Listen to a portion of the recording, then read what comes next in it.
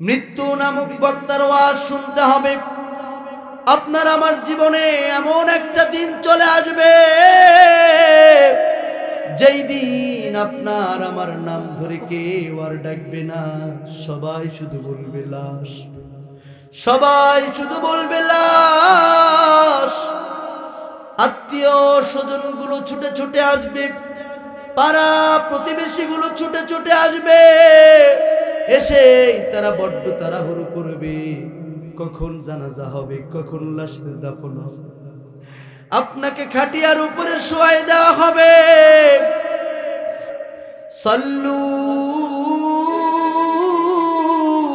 ক্বাবলা আন তুসাল্লা আলাইহি, নামাজ পড়ো, নামাজ পড়ো। জীবনে এমন একটা নামাজ দাঁড়ায় যাবে, জোহর পড়েছেন ইমামের পিছনে, আসর পড়েছেন ইমামের পিছনে, মাগরিব এশা পড়েছেন ইমামের পিছনে, জুমা কিংবা ঈদের নামাজটাও পড়েছেন ইমামের পিছনে। কিন্তু জীবনে এমন একটা নামাজ দাঁড়ায় যাবে, যেদিন আপনি শত চেষ্টা করে ওই ইমামের পিছনে আপনি দাঁড়াতে পারবেন না, ইমামের সামনে সামনে আপনাকে শোয়াই দেওয়া হবে। আপনাকে যখন কবরে নামায় দেওয়া হবে, ডানে তাকাবেন মাটি, বামে তাকায় দেখবেন শুধু মাটি। বড্ড একা হয়ে যাবেন আপনি, বড় একা হয়ে যাবেন। হাত্তা ইয়াসমা আসসিমাআন আলাইহি,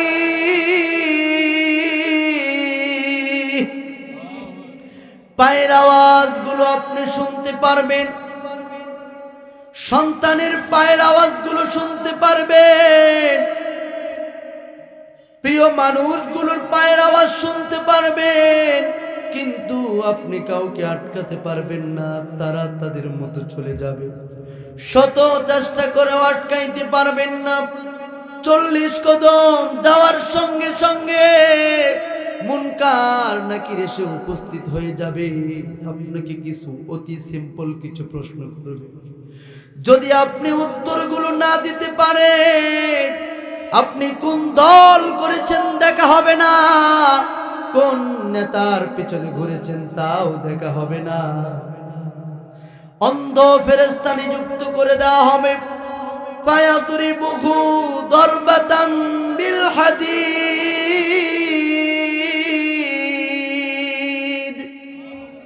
লোহার হাতুড়ি দিয়ে এত জোরে জোরে আঘাত করা হবে, মাথা চূর্ণ বিচূর্ণ হয়ে যাবে। 70 গজ মাটির নিচে আপনি চলে যাবেন। হাত্তা ইয়াসিহু সাইহাতান, এত জোরে জোরে চিৎকার করবে, গরু বাঁধা থাকলে রশি ছিঁড়ে পালিয়ে যায়, ছাগল বাঁধা থাকলে রশি ছিঁড়ে পালিয়ে যায়। শুধুমাত্র 2টা প্রাণী শুনতে পারে না, ইল্লাস সাকালাইন, শুধু মানুষ আর জিন আওয়াজগুলো শুনতে পারে না। আল্লাহর নবী বিশ্ব নবী বলেন, আল্লাহ তাদাফানু, ও সাহাবীরা, কবরের ভিতরে কি চলে একটা দিন যদি তোমরা দেখতে পারতে, একটা বার যদি তোমরা দেখতে পারতে, তোমরা দাফন কেমনে করতে হয় সেইটাও ভুলে যাইতে, দাফন করাটাও তোমরা ভুলে যেতে। এই জন্য কবি চমৎকার করে বলেছেন, মুসলমান ভাইরা আমার, কবি বড় চমৎকার করে বলেছেন, মৃত্যু সামনে আসছে, মৃত্যুর জন্য প্রস্তুত হওয়ার দরকার আছে না নাই? মরণ থেকে পালাও তুমি, মরণ তোমায় লইবে ঘিরি, যদিও আকাশ পানে লাগাও হেতা, লুকিয়ে হেতাই লাগাও সিঁড়ি। এ মহারোগের ঔষধ নাই, চিকিৎসা নাই ধরাতে, কাঁদিয়া কাতর হইলে কি হবে, পারিবে না তারে ফিরাতে। কবি বড় চমৎকার করে বলেন, আল মাউতু কাসুন কুল্লু নাসিন শারিবুন, আল কবরু বাইতুন কুল্লু নাসিন দাখিলু। মৃত্যু এমন একটা পাত্রের নাম, যেই পাত্র থেকে সবাইকে পান করতে হয়।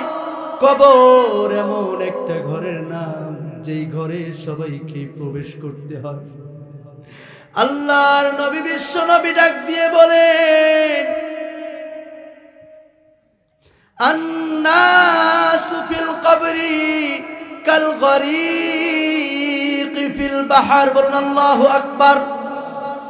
কবর এমন হয়ে যাবে, কবরের মধ্যে মানুষ এতটাই অসহায় হয়ে পড়বে, মহাসমুদ্রের ভিতরে যদি কোনো একটা সাঁতার না জানা মানুষকে ফেলে দেওয়া হয়, ওই মানুষটা কেমন দিশেহারা হয়ে যাবে, কেমন অসহায় হয়ে পড়বে।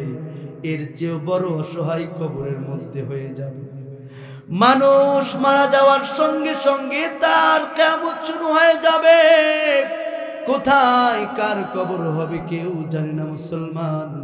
এই জন্য মৃত্যুর জন্য প্রস্তুত হওয়ার দরকার আছে না নাই?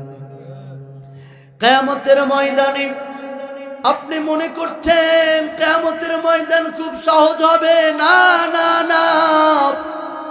আল্লাহ পাক রব্বুল আলামিন বলেন, কালফি সানাতিম মিম্মা তাউদ্দুন।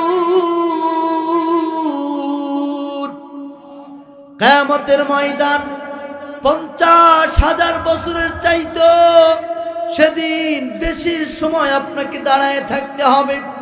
শুধু কি তাই, সেদিনের 50,000 বছরের একটা বিকাল হবে, ইল্লা আশিয়াতান আও দুহাহা। সেই দিন 50,000 বছরের একটা দিন, একটা দিনের একটা সকাল বিকাল। আমাদের সারা জীবনের এই 50-60 বছর, এই সারা জিন্দেগিটা কিয়ামতের দিনের একটা সকাল আর বিকালের মধ্যে শেষ হয়ে যাবে। কিয়ামতের ময়দানে সবাই যখন হাহাকার করবে, সেই দিন পৃথিবী থেকে 13 লক্ষ মাইল দূরের সূর্যটা মাথার 1 বিঘ উপরে চলে আসবে। আল্লাহর নবী বিশ্ব নবী বলেন, কামিকদারি মিন।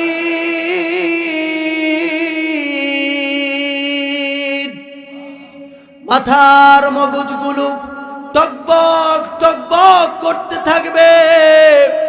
সেই দিন এমন অবস্থা হয়ে যাবে, মাথার মগজগুলো নাকের ছিদ্র দিয়ে বেরিয়ে যাবে, কানের ছিদ্র দিয়ে বেরিয়ে যাবে মুসলমান।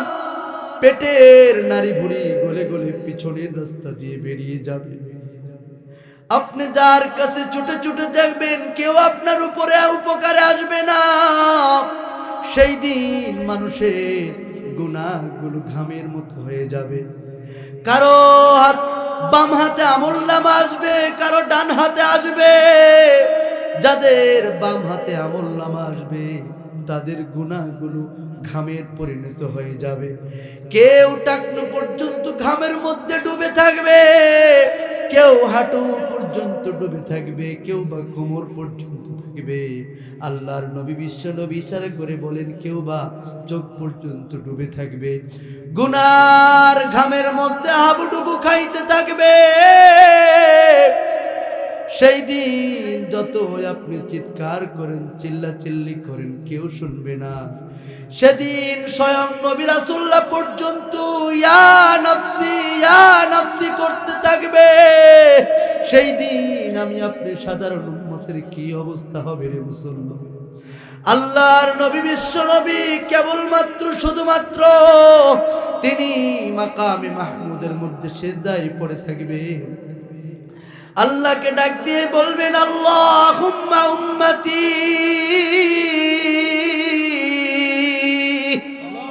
মাকামে মাহমুদের মধ্যে সিজদায় পড়ে উম্মতি উম্মতি বলে কান্না শুরু করবেন। এদিকে তিনি চলে যাবেন সেই ফুলসিরাতের কিনারায়। উম্মতরা কিভাবে ফুলসিরাত পার হবে, সেখানে তিনি দাঁড়ায় থাকবেন উম্মতকে রিসিভ করার জন্য। আল্লাহর নবী বিশ্ব নবী বলেন, ও আমার উম্মতেরা, আমি আমার ওখানে কোটি কোটি মানুষের মধ্যে আমার উম্মতদেরকে কিভাবে চিনব? আল্লাহর নবী বিশ্ব নবী বলেন, গুররাম মুআজ্জালিনা মিনাল লুযু। বলুন আল্লাহু আকবার। আমার উম্মতেরা 5 ওয়াক্ত